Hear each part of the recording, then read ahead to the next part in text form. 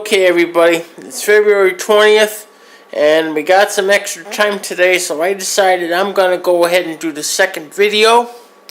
And for this video today, we're going to talk about malware, what it is, why it's so hard to keep off of your devices, and how we can keep it off of your devices. First, we have to define what malware is.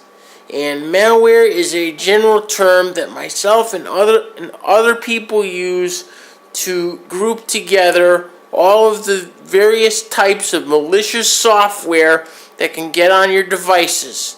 Viruses, Trojans, worms, spyware, and adware.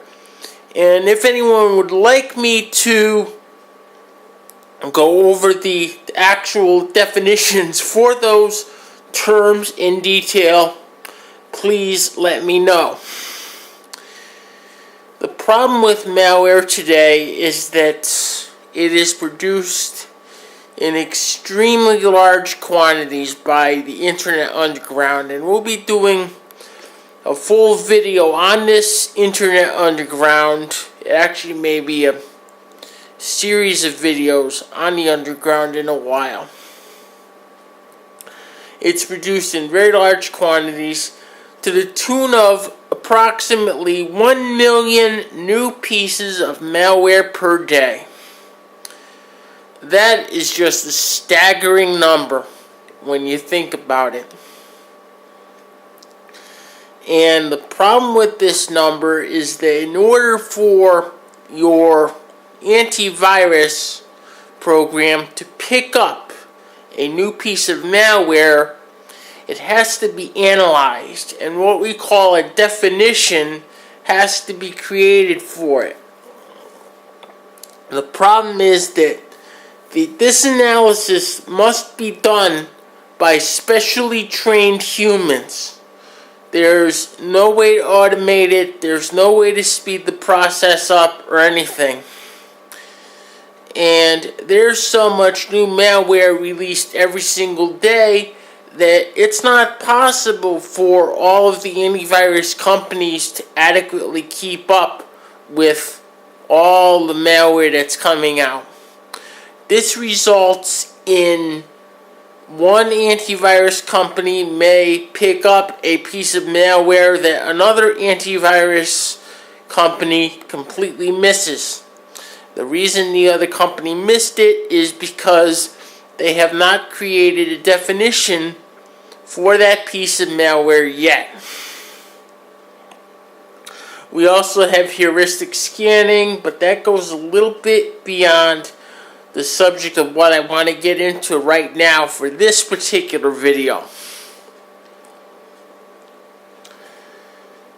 What we need, now that we realize how much malware we're dealing with every day, and that your antivirus scanner is not going to be able to detect and prevent your computer from getting everything that is out there, we're going to go over some tips now on how to keep malware off of your computer and out of your organization. The first one, which is, I think, one of the most important ones, is to practice what I call conservative surfing. What do I mean by conservative surfing? I mean not going all over the place to sketchy websites, i.e. pornography, i.e. sites that contain pirated software, any of those type of sites. Unfortunately, there are also many other sites that may seem less innocuous, but in reality are not.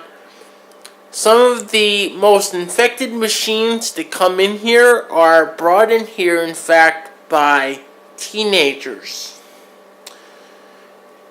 The current record for a single machine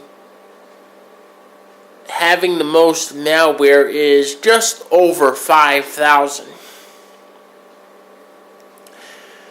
Now, what I also mean by conservative surfing is that we here at Litchfield County Computer basically surf the same group of sites every single day, and we don't stray too much from that group of sites.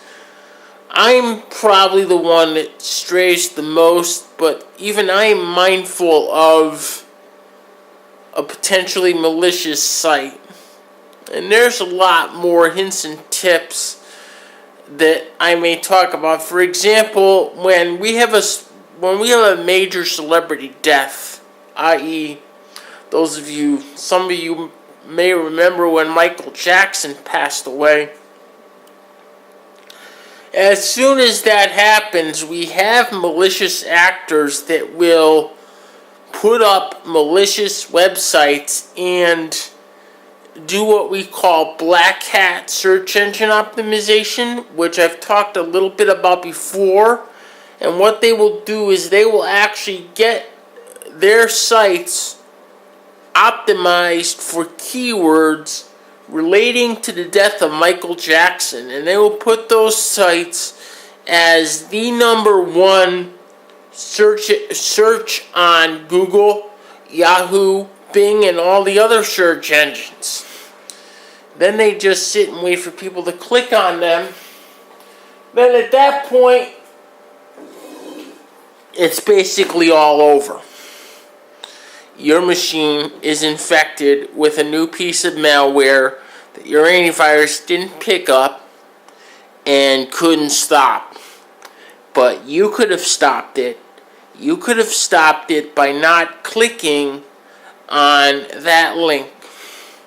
The same thing also happens, for example, when we have political seasons. When we had this last presidential election, which was one of the dirtiest and nastiest presidential elections, I think, in U.S. history, we also had a lot of these malicious actors putting up fake websites that are meant to spread malware. A lot of this is conservative. A lot of it is knowing these little tips and practicing these little tips every day. And in a business environment, it's even more important. In a business environment, what you want to do is you want to restrict your web surfing to strictly work-related activities and websites. Straying outside of these websites can potentially lead to you infecting your computer or possibly infecting your entire network with a malicious piece of malware. And I will give you the perfect example. My attorney has 2 offices. One here in Woodbury, Connecticut, the other one in Waterbury, Connecticut. And I had received a call one day from the Woodbury office to pick up a machine that was infected that came from Waterbury. And when I got a hold of the machine was extremely infected. And I called up the Waterbury office to find out what the heck had gone on here, because it was obvious to me that something had gone on. And I find out that one of the paralegals that worked in the office was checking her personal Yahoo email during the workday. Unfortunately, at this particular time, the Yahoo email site, which is mail.yahoo.com, for those of you that don't know, happened to be infected. And she checks the mail and gets infected. That computer then comes down here for a total clean off, and it was so bad that I had to completely erase the machine and start all over. Which was a job in and of itself.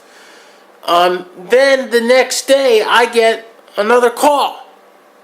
they got another infected machine.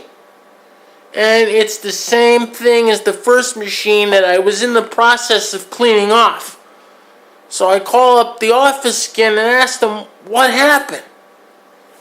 The same paralegal that infected the first machine goes to the second machine, goes back to check her email, and infects machine number 2 because the infection at mail.yahoo.com hadn't been cleaned up yet.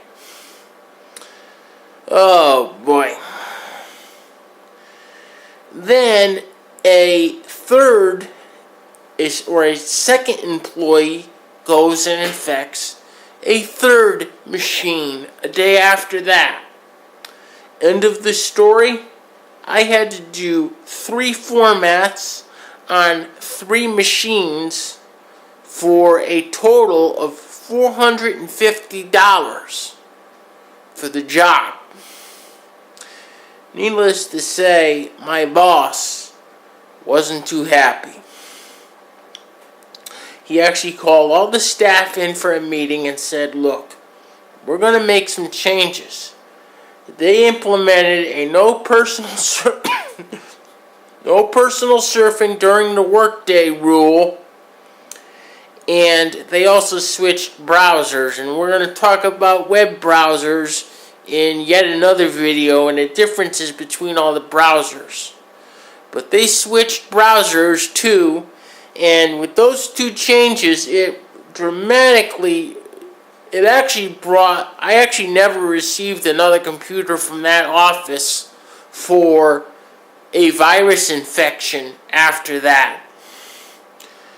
So you see how important it is to surf conservatively in any environment, whether it be home, whether it be work. And I think that's going to be it for this particular video. If anyone has any questions or they don't understand anything that I talked about, please leave a comment. As always, rate, comment, like, subscribe, and I will see everyone in the next video. Talk to everyone soon. Bye-bye.